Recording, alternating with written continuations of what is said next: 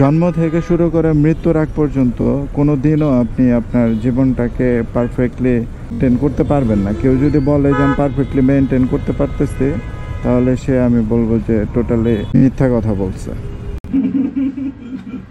মামু এতক্ষণে লাঞ্চ করতেছে, ওর ঘড়িতে এখন 3:30 বাজে। বিশ্বাস করলেন না? বিশ্বাস করলেন না? আমি তো দেখাইতেছি, দাঁড়ান।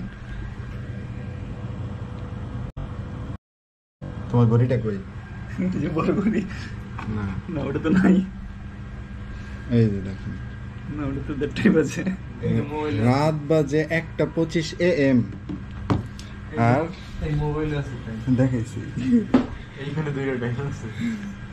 রাত বাজে 1:27 আর এনাদের এখন হচ্ছে লাঞ্চের টাইম। Lunch time. চিন্তা করেন যারা হচ্ছে এরকম অনলাইনে কাজ করে তাদের কোন লেভেলের স্ট্রাগলটা করতে হয়। আমি ওদের কাছে এই রাতে এখন আইসা তাইকে চিন্তা করতেছি যে কতটা স্ট্রাগল তাদের করতে হয়। Heads of.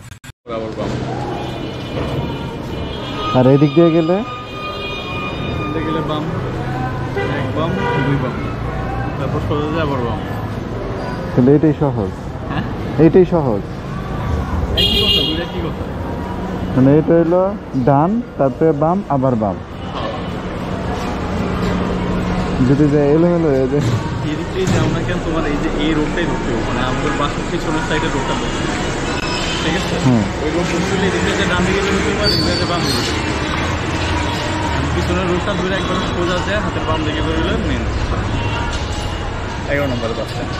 আচ্ছা ঠিক আছে, দেখা যাক তাহলে। ঠিক আছে, যাও তাহলে মামা। ওকে, ফোনে কথা হয়েছে নিয়ে।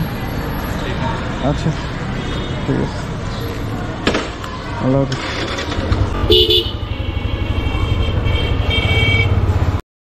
দেন 10 নম্বরে এই জন্য জ্যামগুলো বাইতে থাকে।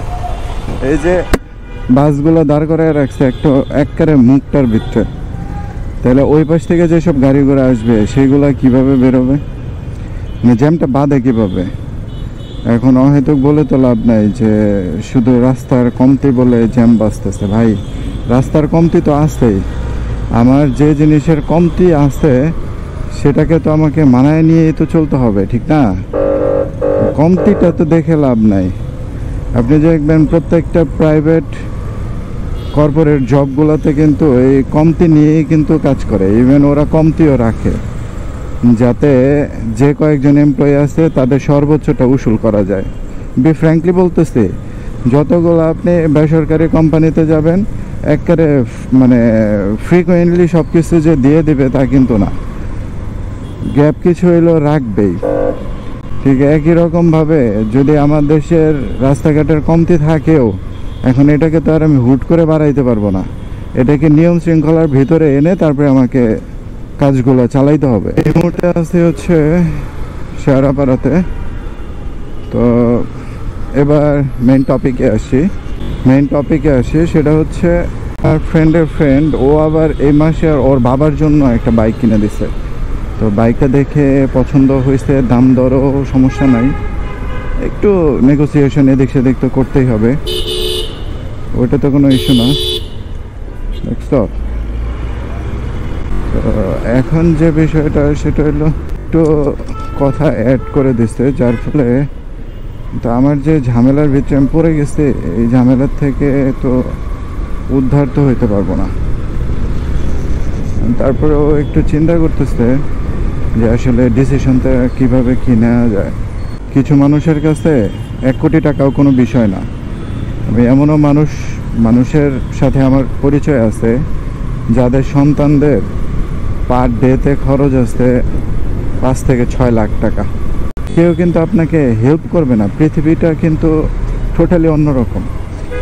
এখন এইটা বলবেন যে এই জিনিসটাকে আপনি আগে বুঝেন নাই, ভাই কি বুঝছি না বুঝছি সেটা আমার থেকে আর কেউ ভালো জানে না।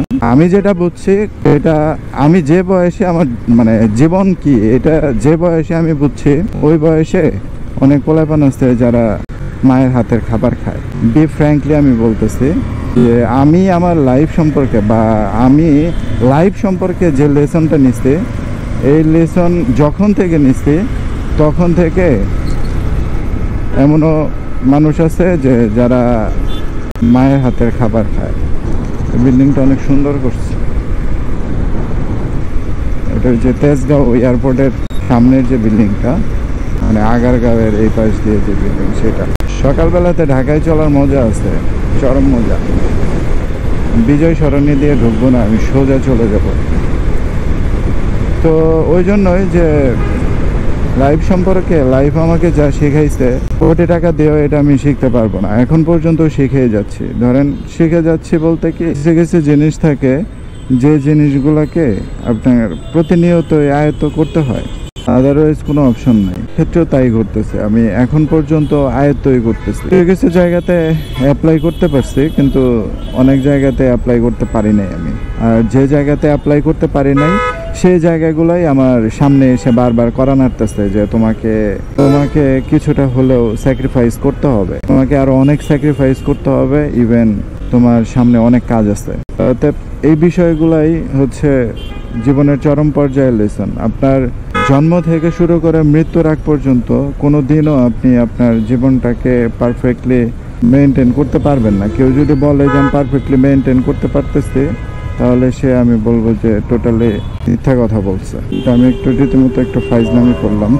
দেখেন এরা পুলিশ কত ভদ্র, আমি যে ফাইজলামিটা করছি সেই ফাইজলামিতেও কিছু বলে নাই। যাই হোক, পুলিশ কিছুতে এখন ভদ্র হয়ে গেছে। তো ওইটাই আসলে ভাই, জীবন যতদিন আছে এতদিন আমি শিখবো, জীবন আমাকে শিক্ষা দিবে, আর সেই শিক্ষা আমাকে নিতে হবে, কিছু করার নাই। এই জিনিসটা আসলে আমার খুব পছন্দের, আর আমি ওরে অনেক ভালোবাসি। যেমন আমার ওয়াইফ সেদিন শুনছে যখন যে আমি আমার বাইকটাকে সেল করে দেব, তো তারপরে ও আমার সাথে তেমন কোনো কথাই বলে না। যে জীবনে একটা জিনিস মাথায় রাখবেন, যে লাইফে কষ্ট না থাকবে সে লাইফটা লাইফ না, ওইটাকে আপনার কাছে আন্তা ভাতের মতন মনে হয়। লাইফে কষ্ট থাকবে, স্ট্রাগল থাকবে, এইগুলো নিয়ে আপনাকে চলতে হবে, কিছু করার নাই।